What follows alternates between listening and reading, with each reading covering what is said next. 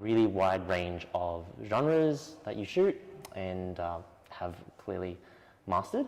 You're also quite decorated and have got quite an awards. He shoots illustrative photography, brand photography, commercial, portraits and abstract art, performance. So tell us a bit about yourself, Kris. How did you get started? And thanks for having me here today. This is very cool, actually. Absolutely. It's nice to warm the couch before Kelly Brown gets here. So so I guess I've been a professional photographer for about 10 years now. Kind of fell into it probably like a lot of parents. When you have a kid and you start taking photos of your kids, that's when I really started taking more photos and thinking about what went into it. Yeah, sure. I'm also a musician, so I do. Have you seen like theater sports or Whose Line Is It Anyway? That kind of improvised theater. Yeah, I've been to a few improvs. Yeah. Okay, cool. So I do music for that stuff, and I've done that forever, and it's super fun. But it means that I've kind of grown up in that performance space as well. Cool. So when photography started to become a thing, and I'm already a performer, then those kind of blended together pretty well. Yeah, cool. So it was. You sort of started as a hobby, or was it like yeah, cool. Yeah, for sure. Yeah. So taking photos of family, and I think when you're in that kind of performance space as well, performers love to have their photos taken. And it's usually pretty interesting, right? They're in costume, or there's something cool about it. So doing that for fun, and then that grew into something a little more substantial, which is cool. Yeah. And would you say that you run a business of sorts at this time? Yeah. So cool. We run Images by Anderson, which is performing arts photography, I suppose, is the brief. So we do actor headshots, live theater production, dance, and theater branding work as well. Yeah. And it all tries to keep in that performance space. Yeah, cool. And I guess the inevitable question is, how did you turn this in from a hobby into a business? Was there a plan? Did it happen naturally? No, it did. It was kind of a surprise. I think probably the turning point was I had some friends that I knew from the performance area who asked me to photograph their wedding. Okay. And that was new to that side of things, and that's a huge freak out, right? Photographing a wedding is like, that's a super high pressure situation. You don't want to mess it up. And I remember kind of saying, I don't know if I'm right for this, and they're like, no, we trust you. You can do this. So that's where I started to go, okay, well, this could be a thing. This is a thing where I've got some skills that I can apply, and it could turn into a business. So we can add wedding photography to that list of genres that you shoot. For a little while, I kind of started off doing everything, right? I mean, wedding photography, like just doing weddings spans a lot of genres anyway, but I was doing maternity and newborn and families in the park and all that kind of stuff. And not so much of the performance work, but a lot of that. And after a while, I realized, it took me a long time actually, but I realized there's stuff that I really enjoy, which was that performance space. Right. So kind of stopped doing weddings and that sort of thing, and really focused on performance. So it was kind of like a broad and then like a narrowing down of genre. Yeah, cool. And I wouldn't change that. Like I think shooting weddings, I used to assist another Brisbane wedding photographer, Andrea Thompson. And, cool. And so having someone show you the ropes and teach you is really good. So the skills I learned there are really cool. Absolutely. So you mentioned, Andrea, do you have any photographer inspiration that really got you started, or that gave you a direction to go in from the beginning? Or from the beginning, I don't know actually. Like I know with some of the illustrative stuff that I do now, I can see that there are some photographers that influence me. Okay. Like Gregory Crewdson is pretty super well known. I think David and Luke Edmondson. I've found there's a style that they have that I try and maybe not emulate, but I respect the way they do it. Cool. Kind of the way they tell stories and that sort of thing. Ben Shirk is an American photographer that does incredible illustrative pieces with great storytelling and a whole lot of like detail in the shadows and stuff like that, which I love too. So they're definitely influences from that illustrative side of things. Yeah, cool. And you mentioned that a lot of the stuff you do now is performance. And we've just sort of coming out of lockdown now, thanks to the whole COVID thing, right? Yeah. So what happened there? Did did it all stop, or? Yeah, that stopped pretty suddenly. Yeah. I was shooting, there's a local theater company called Act React, and they do great productions. They were doing a season of Speed, the movie, the play at the Powerhouse, where they actually, like, the show takes place on a bus. Oh, cool. So when you're an audience member, you're sitting on the bus, and there's some audience, volunteering and stuff that goes into it. And I was shooting that show, shooting one round from in the bus and one from outside. And when that last show finished, that's when the word came down that the comedy festival was closing, and every show was being canceled, and every ticket was being refunded. And it kind of started off this period of, like, I think every theater company in Brisbane and anyone where that was their business, whether it's musicians or comics and comedians, that all just flatlined for a really long time. Vanished, so people aren't so worried about getting headshots. So they're not so worried about branding when that happens. So that really slowed down. Yeah, absolutely. I can't think of a time when theatre was open, at least the last couple of years. But in the time that you did have off, from what you were doing, did you make anything of yourself, or did you go and learn something? I just slept all day. No. So it was, I guess, because I stopped doing that side of things.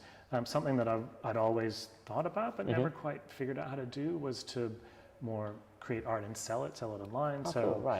Spent some time getting that together, which was curating pieces and getting them kind of print ready for big prints. And then a couple of photographers, we got together to form a collective. Cool.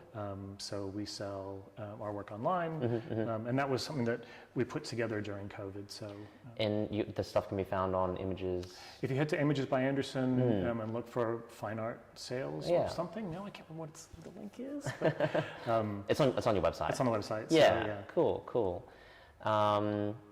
So we did have a question ahead of time that we sort of harvested from one of our viewers. We're talking about dance and performance photography and how you interact with the performers there. Do you find that your interactive style, or you sort of get in the thick of it, or you documentary and sort of sit back from behind and watch? Yeah, that's a good question. I guess it depends on the thing that we're shooting. So like if I'm shooting a live theater production, then I'm kind of being an audience member. So I don't get on stage. One of the nice things about shooting live production is you're usually there for a tech run or a full dress run or whatever. So you have the space to yourself, which means, take advantage of it. Like, so you're shooting from the middle of the theater, or you kind of go side of stage so you can get people doing dramatic profiles and when they're doing a soliloquy on stage. So I'm not interacting with them. And actually, I'm there to photograph a show, but the purpose for that run is to actually do a full tech run. So I'm not really very interactive. Right.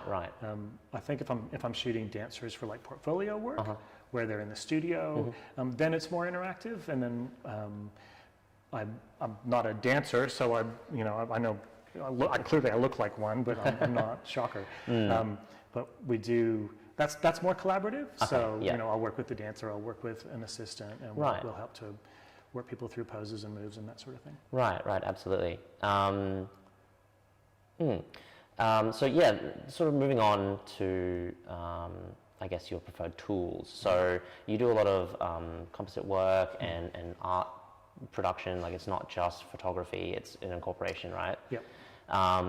So what kind of, like, beyond, not just cameras, lenses, and filters and things like that, but beyond that, what do you use for photo editing? What do you use for stock images, cataloging, or equipment, hardware? Yep. So I don't use a lot of stock. I do if I'm doing a commercial shoot and I need something desperately that I can't go and shoot myself. But from a software point of view, I more or less live in Lightroom as a cataloging mechanism. Yeah, cool. And if I'm doing something like theater production where it's a large volume of images and you're not doing detailed retouching, then Lightroom's where I live. Obviously for the composite work, Photoshop. Cool. I spend a lot of time in Photoshop. And if I'm doing detailed retouching on an art piece or whatever, Photoshop's generally the place where I spend my time. Right. And you shoot Canon? Shoot Canon. Yeah. Shot Canon since forever. So Started on Canon. Yep, and I've got an R5 now. And great. It's very cool, actually. Yeah. Yeah, you mentioned before the show you had a chance to shoot the 2870. Yeah, that's my only R series lens that I have at the moment. Oh, cool. And I love it. It's incredibly sharp. Yeah. Goes to f2, which is wild. Awesome. And I think I'd be really scared about that, but the autofocus is great. The Yeah. auto tracking is wonderful. So when I want to shoot something at f2, which is not very often, because that's really a pretty specific effect that you're getting when you do that. Yeah, when I want to do absolutely. that, it delivers. So that's and so you do a lot of digital retouching or whatever. Do you have like any other special equipment that you might use for that sort of stuff? Like, I know about high-end monitors or... So I use an EIZO monitor. Yeah, cool. It took a while to kind of realize that was an important part of the puzzle. A lot of the stuff that I do is visually really dark. Okay. Like, I don't know what it is, but there's a lot of opportunity to mess up shadow detail in the dark.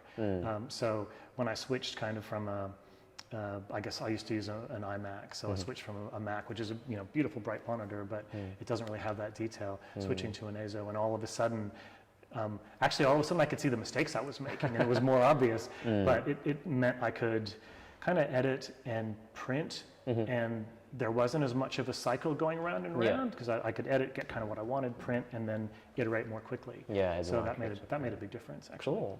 And with that production side of things, do you work mainly for efficient workflow, or do you really get stuck into it and do a lot of iterative stuff?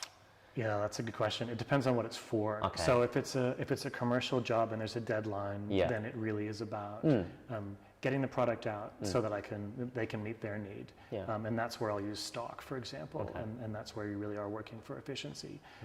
If I'm doing a personal project, sometimes those can go for months, and it's not about efficiency, it's about the end product. So yeah, so okay, yeah, cool.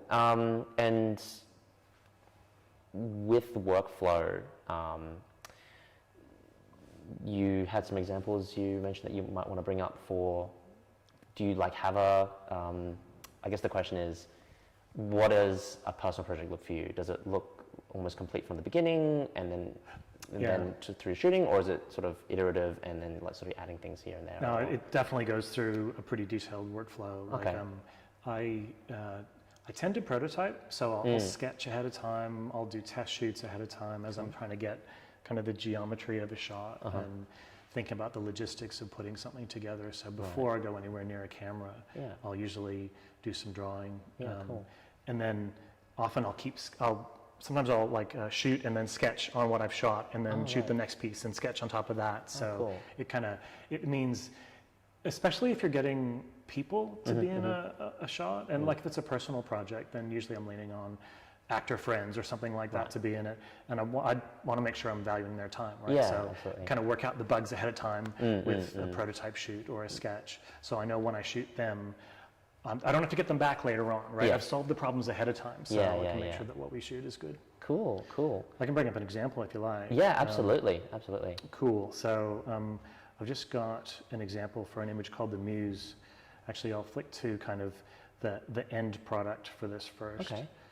And of course, let's see, actually, watch me navigate my way through this. So this image is called the Muse. It's kind of about, I was speaking to another photographer friend about the work that they do. And I said before, my work's kind of dark, right? It's dark visually, and it's dark thematically often. And I was talking to them about their work, and their work was really wondrous, our place in the universe, and how cool it is to be alive, and really positive. And I was asking them, how do you make work that's like that? It's so uplifting. And they said, well, the work that I make for other people is like that, but the work that I make for me is not. It's like, oh, that's super cool. So I thought that's an image. I think I want to make that. Cool. So dreamt up, maybe we're going to sketch up here. So this was kind of the one of the sketches that I put together. And okay. The way this formed in my head was the idea of an artist they're almost like a jail cell, right? It's like this concrete bunker where they're being forced by some kind of muse to just crank out commercial work. And I was thinking a lot like Minions, the cartoon characters, how they're super marketable, right? So imagining this person is cranking out this marketable work and having this kind of dark influence pushing them along. Yeah, absolutely. So kind of that. There's my friend Sean, who came in for the shoot, but And so these are the shots you got. These are kind of the work in progress shots. Yeah. Right? So it's like the baseline shots. Yeah, yeah. So as I go along, I'll shoot that piece. You can see I've sketched on the image now, and then move around the composition and add pieces, and gradually over time have some failed ideas. Like I needed that element to sit in the background as an evil thing, and I shot a teddy bear and it really looked terrible. So that's okay. You can throw ideas away. Yeah. But going through and iterating through and trying things out. Where I think if you just gone to make that image without having the plan ahead of time, it'd be hard to know where everything sat. Right. So you can kind of see, compared to that sketch, the original sketch, and what ended up being the final product, they're pretty related. This was one that I threw away at this point because it wasn't, it didn't quite hit the mark for what I wanted. So I went and rebuilt it and ended up turning into the one that we looked at before. So yeah, that sketching process it's a huge part of the workflow. Yeah, yeah, absolutely, and I guess it shows that it's not just here's my image and then here's the final, but there is like this process in it, no matter how good your original planning is. Yeah, for sure. How long did this process sort of take for you? For that one, that was probably a couple months, start to finish. Okay. Especially since I threw it away and started again. So yeah, that took a little while. Sometimes they're a little quicker. They might take a week or two to put together. Sometimes there's one of mine that has this kind of Viking ship out on the sea. Oh, I've seen that one. I think that took me months and months and months. Right. And then I put it away for a couple of years. Wow. And only last year kind of took it out, and I learned some things since I'd finished with it. So I finished it again. Yeah, cool. So yeah, some of these things, I guess years. Okay, that one took years. Yes, right. And it would say that's the longest one that you have? Yeah, let's say that's definitely the longest one. Well, I think I'm done now, so we can put that one away. Until a couple of years from now, you look at it again. Cool.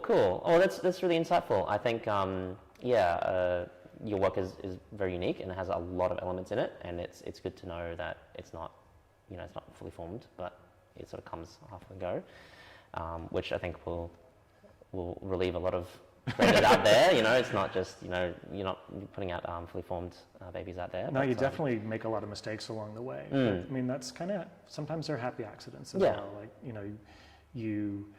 something goes off plan, but you realize that that's a better outcome than what you had before, and then you run with it. So that's okay when that happens. Cool. And speaking about happy accidents, did you find that some genres or some types of photography you liked a lot were happy accidents, or did you sort of past that first, I guess, selection of genres that you liked? Have you really strayed from that, or? Yeah. So I think I've kind of developed the stuff that I shoot a lot. So there was a period where this kind of illustrative work was what I really focused on. And then I've always done a little bit of, I guess, architectural landscape, which comes out when you travel and things like that. But I was doing, I guess, studio-based dance portraits. So I'll bring up an example of the kind of thing that we would do. So, a fairly classic single light, elegant dance portrait. This is very much in the style of, I can't remember their names, but New York Dance, NYC Dance Project, I think it's called. So, shooting this stuff is really great, but I was wanting to experiment and started playing with using gels and trying out different colors and then starting to stray into that kind of long exposure world. So started to create stuff like this, where it's a couple seconds exposure. It involves movement from one or more dancers. So that's probably the happy accident, was seeing that kind of really crisp, elegant work evolve into something else that becomes more abstract. And it's still beautiful, and it still celebrates the form of the people that are in it, but it has something else to it as well. These are wonderfully dramatic examples, actually. I think they're really wonderful. And stuff like that, where it's bringing those gels in, and it's bringing that long exposure in to create, hopefully, a piece of art that is enjoyable. Yeah, cool. So, yeah, that's really cool. That's really, really cool. So I guess we had another question earlier on. What would you have liked to have known from the beginning, rather than have learned the hard way in terms of photography? That's a funny question, because I think all the stuff that you learn through the hard lessons along the way, you kind of need to learn. Like if someone had rocked up and just told me, oh, you should do performance photography, you shouldn't do other stuff, right. and I hadn't learned those lessons on my own, then it wouldn't have sat as well. Okay. So I kind of think you need to go through the pain of doing it.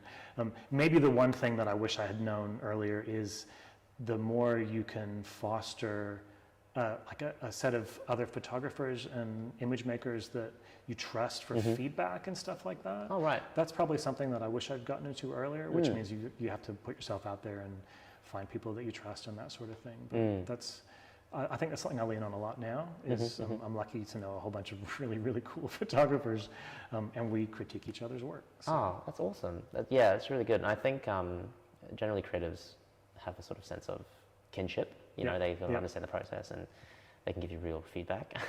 I'd much rather have a friend tell me why an image sucks instead of, you know, like if you enter something in a competition or whatever and a judge says something that, you know, then you look and you go, oh my goodness, what am I doing? Yeah. I'd much rather have someone flesh that out early so you can put the strongest piece forward.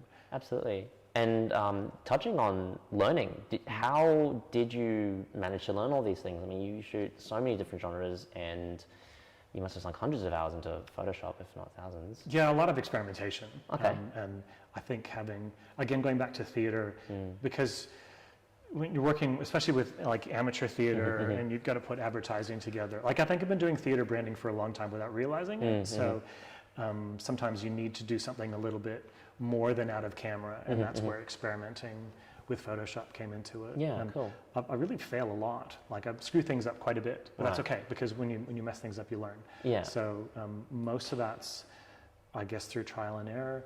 That said, there's a ton of stuff available on the net. I mean, there's so many YouTube videos to teach you everything about Photoshop.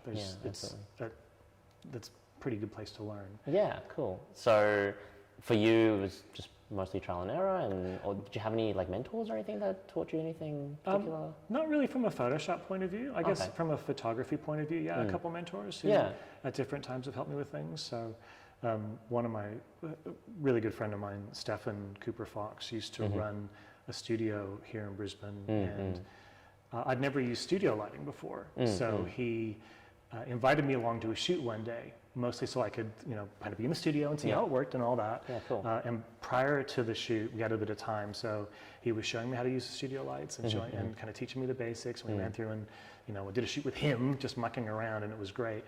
And then the client arrived, and he said, "You're shooting this. I'm assisting you.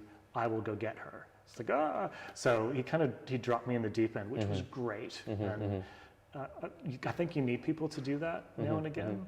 So and I've repaid him by including him in one of my illustrative pieces, and I made him sit still for 2 hours and have water poured all over him. So I don't know.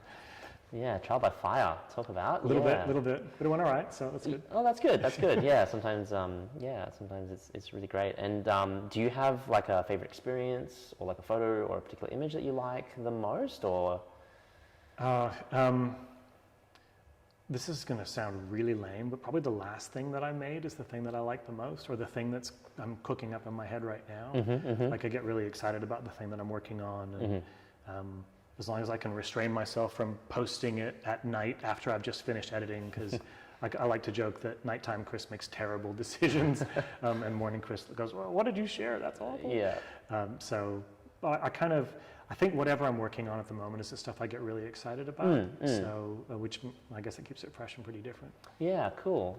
That's awesome. I guess, it's good to like your own work at some point. Cool. Do we have any viewer questions or anything like that? I noticed if you guys have any questions, Kris is here to answer them live.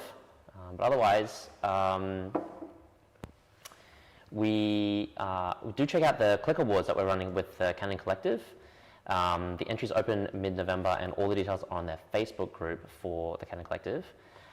Kris, you participate yourself in a few competitions, photo competitions. Do you have any advice or things to remember because you've won quite a few? I've had some titles come my way, which is good. I guess you shouldn't let that influence like an image that gets a great award in a competition, it doesn't mean it's a great image. An image that doesn't get an award, it doesn't mean it's a bad image. Right. It is, it's subjective, so you don't want to get too tied up in that. I guess the best advice I'd give for people is, aside from read the rules and then read the rules again, and like I like to think of myself as a rule reader, and I still am, really worried I'm going to mess something up someday. But get your friends to critique, get trusted photographers to critique. Like, you might have people close to you that you show images to, and they go, oh, that's great, and Facebook likes and all that. But competition judging is different, so you kind of need to have someone rip the Band-Aid off and get a bit rough. So that's probably my advice for competition entry. Yeah, cool. Well, that's all we had. Thank you so much, Kris, for joining us here on CameraPro on the Couch, supported by Canon. Please do subscribe and ring the bell if you'd like to know what we're coming next. Hey, you asked me before as well if I had any tips or tricks for people, and if I had anything I wanted to share, and I was thinking about that a little bit too. One of the things that I've found that's really good about the R5 is you can do wireless tethering to an iPad. Oh, right, so, cool. If I'm shooting like headshots or something like that, being able to show someone like a lit headshot is all of a sudden they get really confident about what you're showing them, and they feel pretty good about it. So that helps to ease them into the process. Yeah. And how long have you been shooting with the R5? About since it came out. I was pretty lucky to get my hands on one pretty quick. Yeah.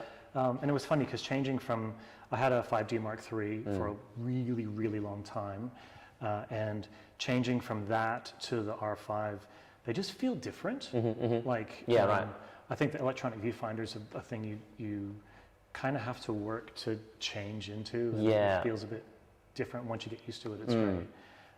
But then, like, the controls obviously map over pretty well and everything like that, so it was pretty natural to pick up. So early adopter for the R5. Yeah. And before it was the DSLR, so it's a bit of a change. I have shot a few shows where I've had the R5 and the 5D Mark III with different lenses, and I actually find that really hard. Like, there's something about using the metering on a DSLR and then using the viewfinder with the exposure as it's going to be, where I need to change the speed my brain is working at to make that work. So that's always a bit tricky. Yeah, I think if you've ever shot DSLR and mirrorless at the same time or side by side, it's a bit of an interesting experience. So it's quite impressive to be able to do it professionally. I didn't say I did it well. It is hard to change back and forth, but yeah. We did have a viewer question that came through, which was, how do you make a full-time out of this? Is it like a full-time thing for you? Or? So it's a good question. It's not a full-time thing for me. Okay, so I've got a job in the IT industry outside of this, which I'm actually really thankful for, especially with COVID. Performance industry really stopped. Having a lot of photographers. My Facebook feed it's full of performers and photographers having a really crappy 18 months. I'm actually really thankful that I've had an income that's had nothing to do with that. Right. But then balancing kind of trying to do this to the extent where you can make it work as well as a full-time job, and having a family, and that takes a little bit of time management and discipline to know. Like, I don't let the photography side bump into the day job side. They have to stay separate for me to stay happy. I've got to make sure I'm not shooting all weekend and not having any family time or anything like that. So you kind of end up partitioning off your life to balance it all. Yeah, interesting. That must be a bit of a juggle. It's tricky, but it works. So. Yeah. Another viewer question. For you, how important is it to be charging for your work? And is there a time and place where you would be doing free work? That's a really good question. It's funny, that's actually related to the full-time work thing. Like, I know sometimes you can see there's a race to the bottom with pricing, and I try really hard not to do that. So because I try to charge a pretty reasonable rate for my work, and I know that counts me out of some jobs, and that's okay. So if I'm shooting a headshot, it's a premium headshot. People are going to get excellent quality out of it. It costs a fair amount. So that way I feel like I can make it work for me from a business point of view. I think I'm being respectful to the industry, and I'm not undercutting my peers. So I think, yeah, it is important to make sure you're charging. It's really hard to get that right too. Like I'm not saying I have it right. I think that's something that always evolves, and you gather information from friends or from the industry as well about what they do. As far as free work goes, yeah, there is a time and a place for that. I do some work with a group called the Heart Project. So there's a really great project they do every year called the Christmas Wish, where we go into hospitals, and there are kids who they're going to be stuck in hospital over Christmas, which is probably not where you want to be over Christmas. So what we come in and we have teams all over the country, actually all over the world, that go into hospitals. We photograph kids with lighting against a green screen, and then we have a team of composite artists, and then we upload those, the composite artists put those into backgrounds, and then we deliver those images to the families, because they can't kind of go and do the shopping center Santa thing. So, you want it to be something pretty magical. So that's something that we do every year. There's no way I'm charging for that. That's a giving back kind of thing. So, and it's really good for the soul. And it's, that's a great thing to do as a charity thing. Yeah, that's really sweet. That's really, really sweet. Do you have any tips for starting out on composition? On composition or composite word? Or composition technique? Composition technique. That's a good question. So I think there's a lot of rules, like, the rule of thirds, right? Where I think probably my composition started when I took a picture of my son, and it was on the beach, and I kind of was filling the frame with his head, and then at the last second he shifted to the side, right? Because he was fidgeting because he's a kid, right? And I went, oh no, he's ruined it. And then I'm looking through the photos later, it's like, oh, that's better. He's off to the side of the frame. What's going on? I don't understand. So it kind of opened my eyes to the fact that there are some. I'm not going to say rules, but there are some guidelines that you can follow that help with composition and help with strength. So I think unfortunately, I kind of learned that by trial and error too. And then as I probably got better at it, then I was more able to go out to the net and look for things like figure to ground ratio and stuff like that. It's a little more complex to think about how to apply it. And there's some great training courses out there for this stuff as well. Yeah, right. And so would you say that you follow any particular rule, or is it sort of know the rules and break them? It depends, I think, is the main rule. Like I do feel pretty comfortable with the rule of thirds. And if I'm shooting, if you're shooting a portrait orientation full length print, then someone's face is going to be roughly on the third. If I'm shooting a headshot, I find quite often the way I crop it is their eyes are just below the third. So I do use those as guides sometimes. Yeah, right. But I'm not afraid to break the rules and put something dead center if I think that's what the composition wants. Yeah, cool.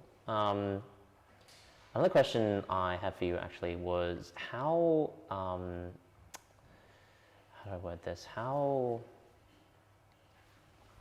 not respectful, I forgot the word, but how much do you keep the original image original when you're using these in your art pieces? Do you, how much do you cut and crop elements out of original images, or are you using single elements, or how does that work? Again, I guess it depends. So I do some, I'll bring up some images.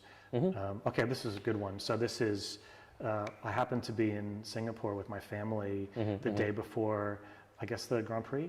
So, and we were in the Singapore wheel looking down, and this shot that I'm showing now is, I boosted the color a little tiny bit, but it's largely straight out of camera. So there's no cropping, there's no element replacement. I haven't cloned anything out.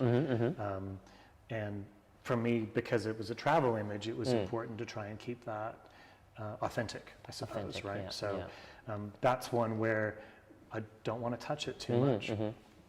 There's other, I guess we looked at some of the abstract, the dance stuff before, where, okay, so that's a good example actually. There is buried in this picture a dancer. But obviously, I've done some mirroring and some coloring and, a little bit of smoke texture, well, quite a bit of smoke texture. So it kind of feels to me like the ingredients are photographic, and I've kept them in there, but I've transformed it into something else. And that's kind of appealing too. So they're both okay. It just depends on what you're trying to make. Yeah, absolutely. Like for the composite work, there's obviously lots and lots of layers that go into that and lots of different elements. So I think entering that, you kind of know you're going to be playing with cutting things out and warping and generally making it not exactly the same as it was when it was photographed. Yeah, absolutely. That's and how do you know when to stop? That's a great question. Sometimes these pieces. Okay, so if it's a planned piece where I've got, I guess, a story that I'm trying to tell. You know when you've told that story, right? Okay. So like all the elements are where you thought they were. I'll often show. I'll bring up an illustrative image now, actually. Cool. So let me see if I have this one in here. Yeah, I do. Okay, cool. Okay. So this is one of the first illustrative images that I put together, and self-portrait. So that's me and my wife, and she has suffered from anxiety and depression over time, especially kind of after we had kids. She really struggled with stuff for a long time, and she'd stay awake at night, or she'd wake up and have a hard time getting back to sleep. Like if you have an anxiety attack at night and it's all quiet and I can't help.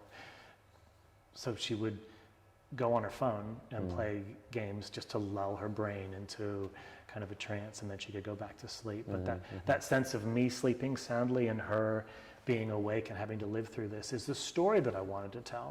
So as this piece was being made and you kind of get to the end and you realize this is the story that you've told, then you know that it's kind of done. Okay. Now what I'll do is I'll test this with people as well. So I'll show it to people, and I won't explain like I just explained to you. I'll, what do you see in this? And get them to tell me how they would read it. And then they explain what they see and what emotion they see and what narrative they see. And often they will tell you a story that's completely different to the one that you'd intended. Right. Like with this one, I showed it to a friend and he kind of went, oh, that guy, he's really stressed. He works all day. And when he gets home, he can't even help because he's so tired. He gets home late and he just collapses before going to work the next day. And he feels so guilty because he can't help his wife. It's like, well, it's not really the story that I meant, but that was, he saw what he needed to see in that. That was his interpretation. So that was his, and it's right. Like as far as there's the story that I want to tell, that's okay. But that person saw what they needed to see, and that's okay. So I think it's done once all the friends have fleshed out all the technical problems with it. I know it's telling the story that I want, and I've kind of tested it with people from a storytelling point of view as well, and just seeing if they see the things that I want them to see. Right. Okay. Cool. Very interesting. Very interesting. I think it does take a lot to put yourself out there like that on a perhaps incomplete piece, and that's really awesome. I think more photographers and creative artists should do that, and it's really great tips actually. We have another question.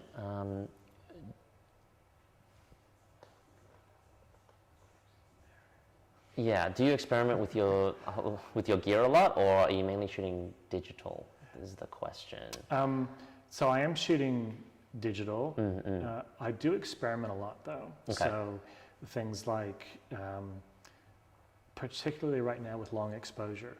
So I'm on a bit of a mission at the moment. Obviously I do Photoshop stuff, right? And when you're working in Photoshop and you can do composites, you can do all kinds of stuff, and you can bend reality. But I'm kind of taken with the idea of working out what I can do in camera without touching Photoshop. But be disjointed from reality somehow. And so there's tricks, especially doing long exposure. There's things that you can play with during the exposure to kind of. And there are lots of pieces that I haven't finished with yet, so I can't share them yet. But things to kind of, I guess, experimenting with that side of things is really fun. And it's nice when you can put a photograph in front of another photographer and say, "This is a single capture," and have them go, "How did you do that?" Kind of pushing them to understand how you do it is a lot of fun too. And would you say that fun is a great driving force for you and your learning and creativity? Yeah, absolutely. Yeah.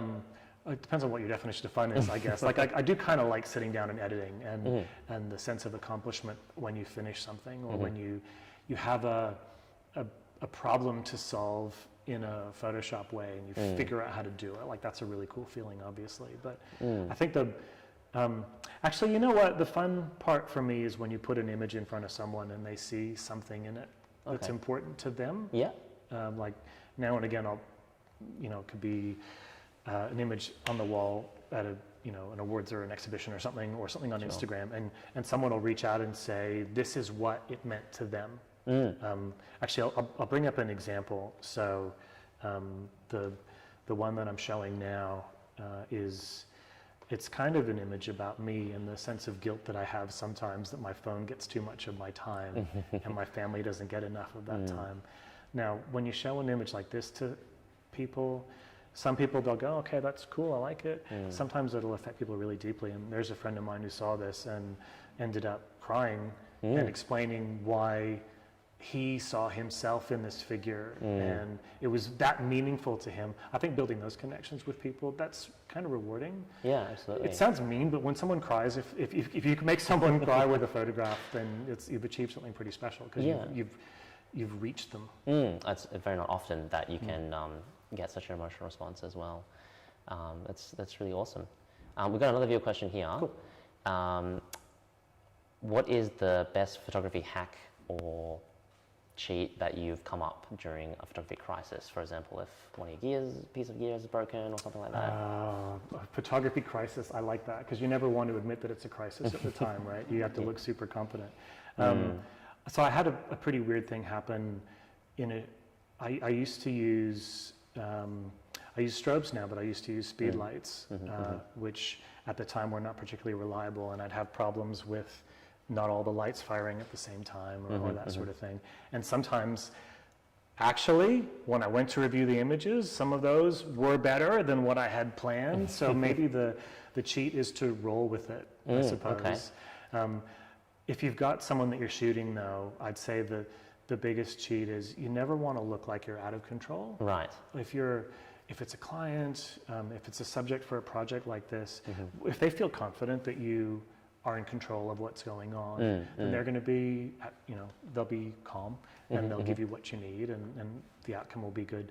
When they can see that you're freaking out because it hasn't gone the way that you want, that's when they start to lose confidence, or they start to go, is this going to work out okay? Yeah. So I don't know if you call it a cheat, but I'd say probably the thing to do is to keep calm and work the problem and try and figure out how you can achieve the thing you wanted to achieve, even without what you wanted.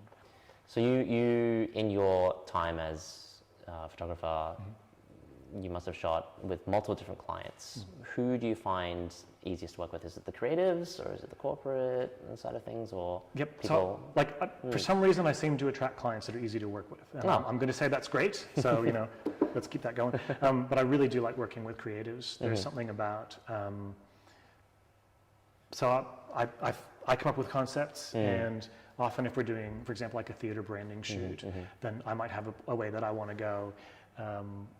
We'll get together after some planning. We'll shoot the thing that we wanted to shoot, and once we know that's in the bag, then we kind of go off script a little bit. Okay. So, cool. I'll give you an example of one of those. There was a shot that I did for, and this is a show called The Great Grandioso, which is about a fortune teller that's actually pretty bad at their job, super confident but not great. And this was the image that we talked about and decided we would put together. Now, after we had finished that, we kind of mooted trying something different, which is where this one came from. Oh, cool. So we'd already got the shot that we wanted in the can, and then because there are a few other people who were on set with us, we could throw some cards in the air. And yes, there's some Photoshop stuff in here. There weren't quite this many cards all at once. But this image it's more dynamic, and it kind of came out of a couple of conversations that we were having while we're shooting. So I think that's one of the nice things when you have a bunch of creatives getting together, is you end up collaborating on something, and it ends up being much better than something any one of you would have worked out. You mentioned you work with actors and improv artists, I guess is the correct term. Do you find that they have a special presence on camera, or is it different from, say, like a model or? Yeah, it is different. So I guess I'd probably categorize, you have sort of models, you have the general public, and then you have performers. So I don't do a lot of work with models. They're very confident, and they're very commanding, but they're often a little aloof, and it's about making the product shot. If you're working with the general public, they're usually nervous, right? So that's where, I mean, my job is every bit as much as it is taking photos, it's also to put people at ease and to build rapport really quickly and have a chat and kind of, I like to be a bigger idiot than they are, and I'm the one who looks silly so that they don't, you know, feel as silly. But performers, they're generally very confident, and they know what they look like, and they know how to move, they know how their face looks, they know how to do really subtle changes to their face or their emotions to convey something. So I guess I kind of find that ends up multiplying the results that we get more when it's an actor. Okay, interesting. That's good to know. Actors make great models. They really do, yeah. Yeah. So we have another question here. The question is, how do you manage to set up your performing arts settings and events where lighting might be challenging at best? Yeah, so I guess I don't shoot a lot of events where it's, you know, out in the open, like if you're, say, a wedding photographer going from table to table, right, that can be really challenging with lighting. I guess I am shooting, if I'm shooting live theater production, it's lit. Now, it's not lit for photography, it's lit for an audience, and sometimes there are some, like LED lights often don't play as nicely with cameras as they do with human eyes, so sometimes it's a little bit challenging, but in general, I'm still, the things that when you're lighting a theater production, the things that make it work for an audience are the things that make it work for a photograph generally. Right. So I'm pretty lucky in that way. And a lot of times if you're shooting a theater production and there are different lighting states that progress as the show progresses, then it gives you tons of variety. And that means I can deliver a set of images that aren't all samey, you know, the whole way through. You know, they show some dynamicism as you work through. So I think I'm probably pretty lucky in that regard. Like, you are shooting in a space that has good lighting that's been built to show off the people that are performing. Yeah, absolutely. And that goes without saying, there's no strobes in those environments. There's no strobes. Right. So you're just sort of relying on the lighting that's in there. Yeah, absolutely. Yep. Okay, we've got another question. Cool. With editing technique, how would you suggest getting started with composite work, as in the composite side of things? Yeah, so it'll sound kind of silly, but just get started. Like, find a project, go and do it. Do a terrible job and put it behind you, and then do another one, and do another one. There are a lot of tutorials out on the web.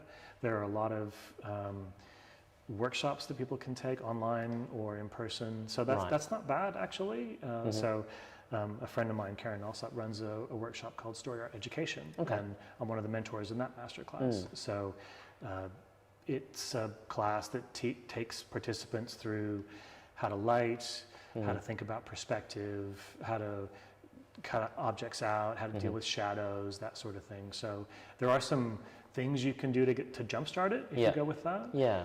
Interesting. But I'd say that's, as silly as it sounds, find a project and do it. And then if it sucks, it's okay. And then do another, and then do another, and you'll make a lot of mistakes, but you'll learn while you do it. Yeah, and I guess a question that we may or may not have touched on earlier was, do you have any formal training in any of this? Like, you mentioned these workshops. Yep. Did you have formal training in photography? Not really. I mean, I've taken a few workshops, and you go to, like, you know, conferences or conventions or whatever. Sure.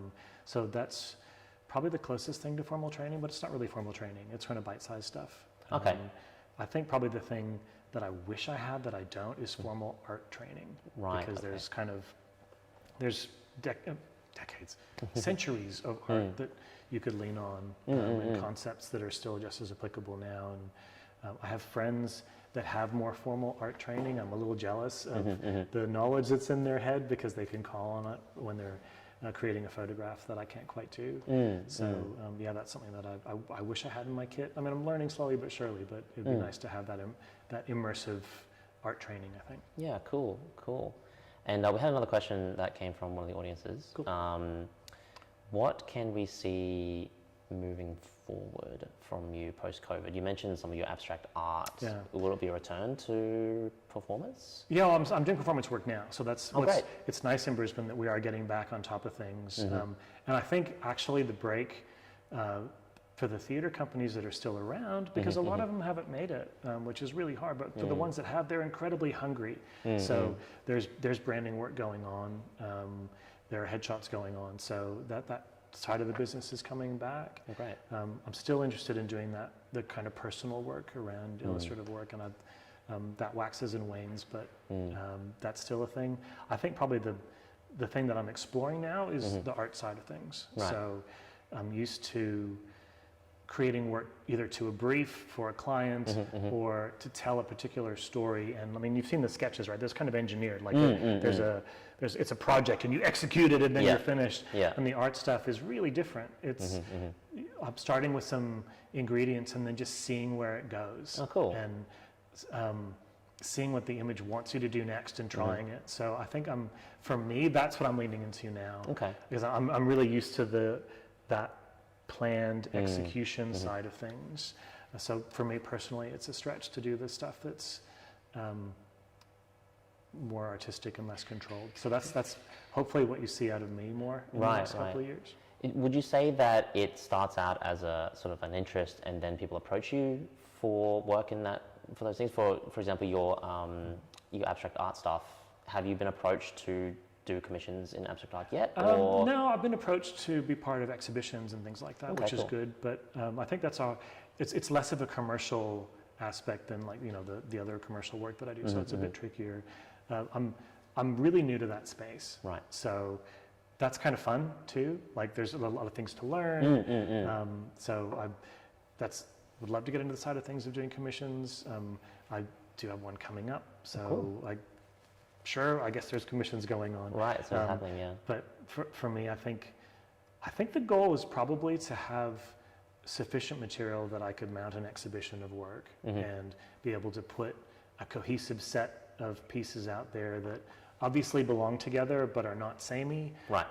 So to me, that'll be the point where I go, okay, I've kind of wrapped my head around this now and I know how to do this.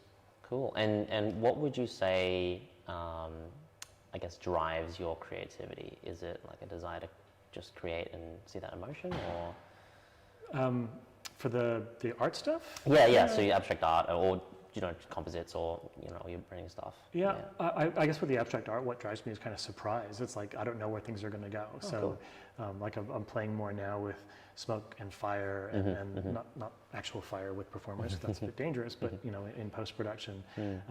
Definitely what drives me with the illustrative stuff though is connecting with people and having them see that story that's important for them. And you only get a couple times when you can do that. Like you don't, if an image is out there in the world, you don't always get to hear how people react to it. But that I think is the thing that drives me. Yeah, okay, interesting. And when it comes to, I guess, exhibiting your work, do you find a medium or method that you prefer? Like, would you prefer it in an art gallery, or would you prefer showing to your friends, or, Yeah, I'm really new to that side of things. Right, so okay. I don't have an answer for you yet. Ask me again in a couple of years. Yeah, cool. So I don't really know yet. Yeah, okay. You mentioned that you were running with smoke. Do you have an example of? Yeah, let's have a look. So I'm deeply curious. Yeah, okay. Actually, so I think Canon shared this one today.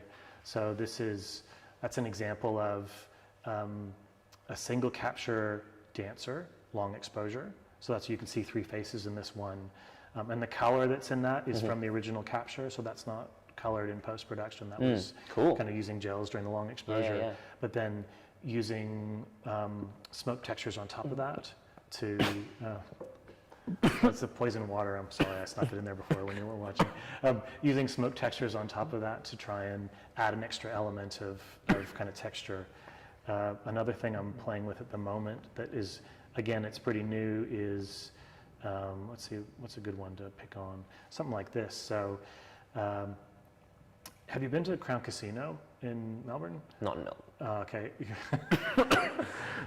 Excuse me. Might need to sub someone in for you. There are these cool towers that are shooting flames out of the top of them. Oh, cool. And I was there a couple of years ago, and of course, being the nerd that I am, instead of having fun, I'm there with the camera photographing the flames coming out of it. Yeah, right. So I've got a whole library of stuff from that. And then I did this a couple of days ago. So this is, again, a long exposure dancer image where I've overlaid flame from that Cool. and it starts to become way more abstract, right? Like you can, maybe you can see an arm here or you can see a dress there, but it starts now to become more about an art piece. And this isn't, this is just a capture? No, this is I didn't light anyone on fire for this. That would be a little much. There's one capture of a dancer in here, and then probably 10 other captures of fire that have been layered over top, and kind of to add that texture and change the shape a little tiny bit. Yeah, absolutely. And do you have, like we had another audience ask, do you have another example of where we can see planning, execution, and then final product stage? Absolutely. Let me find one. Okay, cool. So I'll show you a photo. It's called Restless, and let me get the final version of it. Of course, this is all not sorted on my screen, so that's not the final version. Let me find the final version and pop it up here, and then we can talk about it. So this one's it's kind of an important one to me. A couple of years ago, my mother passed away. I was here in Australia, and that was happening overseas, so it took a little while for me to get over there. And when I finally got there, my dad, he was spending all this time doing, I guess, the stuff you have to do when this happens. So he was on the phone calling insurance companies and calling banks and like the Department of Motor Vehicles, and he'd have his pad of things he had to do, and he'd sit on hold for an hour, and then he'd finally speak to someone, he'd tell them what happened, and they'd go, okay, and then he'd cross it off and do the next one. And it just seemed like, this is terrible. Like he's just lost his life partner, and he's got to sit and do this menial task. And that, I hated that. Like that felt really wrong. And another thing that felt wrong at the time was I came home. So I'm back in Australia now, and there's one morning where everyone's getting ready for the day, and kids are getting ready for school, and we were all kind of going about our business like nothing had changed. And obviously, this big thing has happened. So I think I stopped what I was doing and just kind of looked around at everyone going about their business. And how can we be doing this? How can we just pick up where we left off when this thing had happened? So those two experiences together were pretty jarring for me, and they felt like something that you could put into a photograph, which is where this one comes from. So let me just grab the kind of the stages this went through. So started off with a sketch. I'm a really, really terrible sketcher. I'm really thankful for tools on the iPad that let you like watercolors, because it looks like half decent. But actually, probably before that, you use whatever's, there's no watercolor tool when you use a Post-it note, so there's a dodgy sketch. But I'm kind of thinking about how do you compose this shot with a family, and maybe the dad's in the middle, and there's someone else ironing, or the kids are in this, and how does it all look? This is the actual straight out of camera shot. Wow. So okay. In the original shot, obviously the room isn't quite like the finished product. I know what I'm going towards, but this gives me the kind of raw materials that I need to work with. And then fortunately, that room has given me a whole bunch of wall that I can clone, and some lovely floorboards that I can clone, and that sort of thing. So and you can see as the image progresses that I've put this together into a new composition, pardon me. And then there's a back room that needs to be cut out, so do some more work in Photoshop, and then this is where I could swear I had sketches of that, but looks like I don't have them here with me, but I'm kind of sketching out that back room and how it would look. So you can kind of see how then I'm going into doing these little teeny tiny changes to change some individual elements. Actually, this is really interesting. This is a point where I showed a couple of friends, I mentioned you go out and get critique from people, and they pointed out there's this big section in kind of the front right that's vacant, and it's empty. It's like noticeably empty in a distracting way. So maybe some Lego should go there, because what family, if you have kids, you've got Lego, and now it's like, oh, someone's going to step on that, and so went back and shot some Lego, and using the right perspective, and filled the space with that, and then even built a little bit of story into that as well. And then kind of realized that So when your eyes fall on this image, I might only have 10 seconds to connect with you before you get bored to go off and do something else, right? Sure. Like you want someone to read an image pretty quickly, and that Lego's interesting. So you might spend 5 seconds on that, and that's not where I want you to spend your time on this. I want you to travel around the rest of the image and read the rest of it. So then edited that guy back out again. Right, So okay. even though there was that space, even though it makes sense logically that there might be Lego in a house with small kids, it was something that you as a viewer might spend time on that wasn't important. Right. So that it got cut out. Cool. So yeah, that's, I guess you can see how it evolved from the original sketches into that. It's very interesting to see the process. You know, you add stuff in, you realize it doesn't work, you take it out. You know, it's not reflective or indicative of the final work. It's quite it's quite the journey. So I think that's almost time. Cool. I really appreciate you coming on. Thank you all for watching. This has been CameraPro on the Couch with Kris Anderson. In the next couple of weeks, we'll be running one with Kelly Brown. We also have our the Click Awards run by the Canon Collective that we will be starting in mid-November, and there is, I believe, 6 days left on the Explorers Grant, the CameraPro Explorers Grant. So I'd like to thank everyone for watching, and have a great night.